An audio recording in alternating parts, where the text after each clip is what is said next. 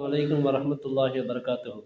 முஹியுத்தீன் அப்துல் காதிர் ஜீலானி ரலியல்லாஹு தஆலா அவரிடத்தில் ஒரு மனிதர் வந்து சொல்கிறார், என்னுடைய வீட்டின் மொட்டை மாடியிலே நின்று என்னுடைய மகள் தலை சீவி கொண்டிருந்தால் திடீரென்று காணாமல் போய்விட்டாள் என்று சொல்கிறார். அப்பொழுது முஹியுத்தீன் அப்துல் காதிர் ஜீலானி ரலியல்லாஹு தஆலா அவர்கள் ஜின்களை அழைத்து அதனிடத்தில் விசாரிக்கிறார்கள். அப்பொழுது அங்கிருந்து ஒரு ஜின்னை காணவில்லை. வளமையாக வரவேண்டிய ஒரு ஜின்னை காணவில்லை. இப்பொழுது முஹியுத்தீன் அப்துல் காதிர் ஜீலானி ரலியல்லாஹு தஆலா அவர்கள் அந்த இடத்துக்கு வந்த தலைமை ஜின்னிடத்தில் அது பற்றி விசாரித்து விட்டு அந்த பெண்மணி எங்கிருந்தாலும் உடனடியாக கொண்டு வந்து அந்த வீட்டில் சேர்க்க வேண்டும் என்று சொல்லி கட்டளையிடுகிறார்கள். ஜின்களும் சென்று விட்டது அங்கிருந்து.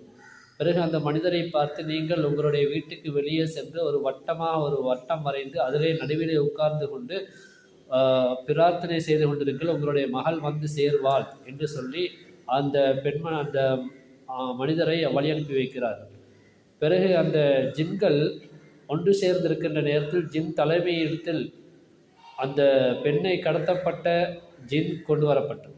பெண்ணை கடத்தி கொண்டு சென்ற ஜின் கொண்டு வரப்பட்டது. அந்த ஜின்னிடத்திலே அந்த தலைமை ஜின் விசாரிக்கிறது, எதற்காக நீ அந்த பெண்ணை கடத்தினாள் என்று விசாரித்த பொழுது, நான் பறந்து சென்று கொண்டிருந்தேன், அந்த பெண்மணியை பார்த்தபோது மிகவும் அழகாக இருந்தால் அவருடைய அழகிலே நான் மயங்கிவிட்டேன், அதனால் கூட்டி சென்று விட்டேன் என்று சொல்லி அந்த ஜின் சொல்லப்படுது. தலைமை ஜின் அதனுடைய அந்த பெண்ணை கடத்தி சென்ற அந்த ஜின்னுடைய தலையை வெட்டிவிட்டது.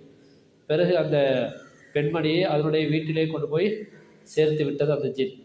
இப்படி வழிமார்களுக்கு அல்லாஹ் சுப்ஹானஹு வ தஆலா ஒரு பெரும் கொண்ட ஒரு ஆற்றலை வழங்கியிருக்கிறார். அவர்கள் நாடினால் ஜின்களுக்கும் உத்தரவிடுவார்கள், மனிதர்களுக்கும் உத்தரவிடுவார்கள், காற்றுக்கும் உத்தரவிடுவார்கள், தண்ணீருக்கும் உத்தரவிடுவார்கள். அவர்கள் என்ன சொன்னாலும் அதை செய்யக்கூடிய ஒரு பக்குவத்தை, ஒரு கடமையை அல்லாஹ் தன்னுடைய படைப்பினங்களுக்கு வழங்கி இருக்கிறார். காரணம், மன் ஹாஃப் அல்லாஹ ஹாஃப் லஹு குல்லு ஷை. யார் அல்லாஹ்வுக்கு பயந்து வாழ்கிறாரோ அவருக்கு அனைத்துமே பயந்து விடும் என்று ஹதீஸில் கூறப்பட்டுள்ளது. எனவே உண்மையான தக்குவாவோடு, உண்மையான இறையச்சத்தோடு மனிதன் உலகத்தில் வாழ்ந்தால் அவனுக்கு எவ்வளோ பெரிய ஆளாக இருந்தாலும், அதிகாரிகளாக இருந்தாலும், அரசாங்க அதிகாரிகளாக இருந்தாலும், அத்தனை பேருமே அவர்களுக்கு அடிபணிந்து நடந்து விடுவார்கள்.